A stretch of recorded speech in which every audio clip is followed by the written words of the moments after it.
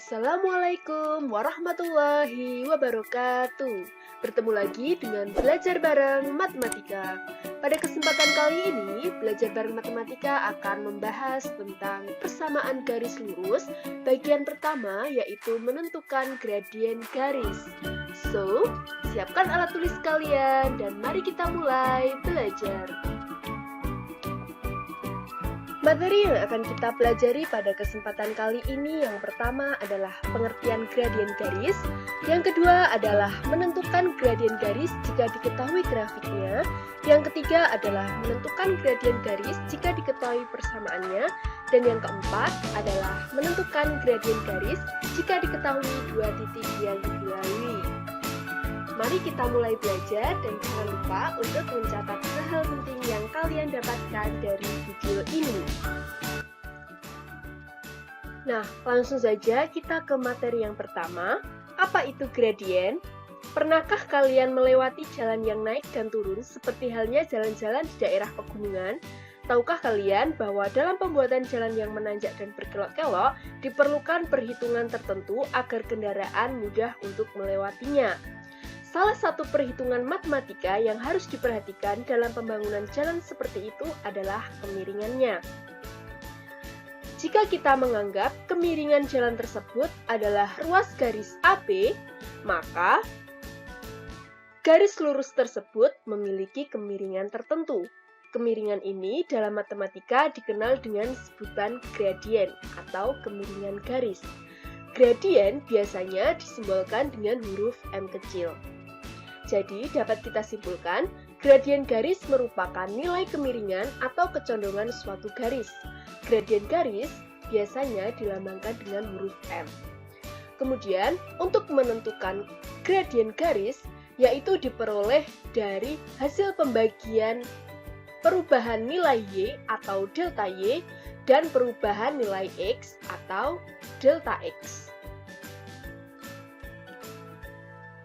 Lalu, bagaimana menentukan gradien garis jika diketahui grafiknya?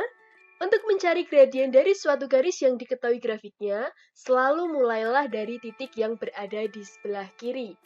Nah, kita lihat gambar berikut. Gambar berikut menunjukkan sebuah garis G yang melewati dua titik, yaitu A dan B.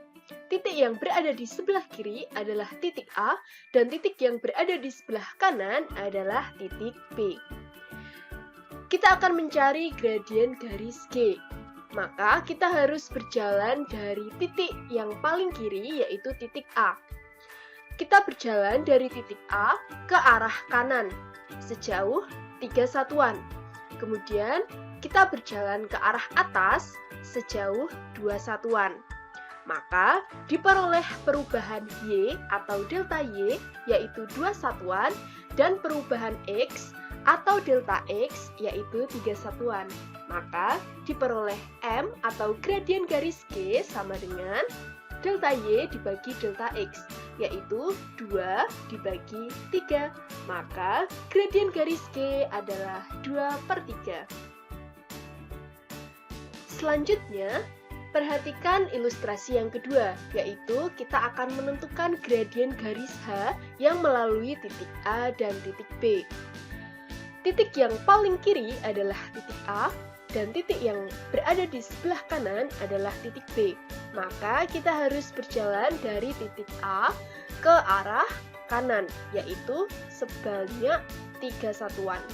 Kemudian kita menuju ke arah bawah, yaitu sejauh 2 satuan.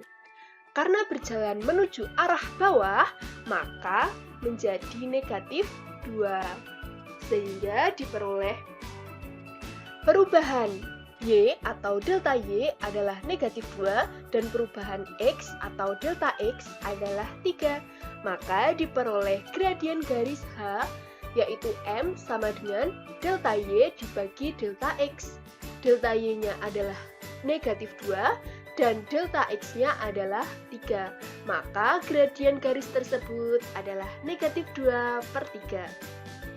Dapat diambil kesimpulan bahwa garis yang miring ke kanan, maka gradiennya adalah positif. Kemudian, garis yang miring ke kiri, maka gradiennya adalah negatif. Cukup mudah bukan untuk kita pahami? Lalu, bagaimana menentukan gradien garis jika diketahui persamaannya? Gradien garis dengan persamaan Y sama dengan mx ditambah N adalah M. Dengan kata lain, gradien garis dengan persamaan tersebut adalah koefisien variabel X atau angka yang menempel dengan variabel X. Perhatikan contoh berikut. Tentukan gradien garis yang mempunyai persamaan Y sama dengan negatif 2X ditambah 3. Nah, koefisien variabel X adalah negatif 2. Maka, gradien garis tersebut adalah negatif 2. Kemudian yang kedua adalah gradien garis dengan persamaan AX ditambah BY sama dengan C. Silahkan untuk menjadikan ke dalam bentuk Y sama dengan dulu, menjadi negatif A per B X ditambah C per B. Gimana? Koefisien dari variabel X yaitu negatif A per B merupakan gradien atau M. Perhatikan contoh berikut. Tentukan gradien garis yang mempunyai persamaan 2X ditambah 5Y sama dengan 4. Maka, ubahlah persamaan tersebut ke dalam bentuk Y sama dengan. Maka, 2X-nya kita pindah ke ruas kanan. Yang tadinya positif menjadi negatif. Maka diperoleh 5Y sama dengan negatif 2X ditambah 4. Y sama dengan negatif 2X ditambah 4 dibagi 5. Nah, koefisien dari variabel X adalah negatif 2 per 5. Maka gradien garis tersebut adalah negatif 2 per 5. Cukup mudah bukan? Selanjutnya, bagaimana menentukan gradien garis yang melalui dua titik?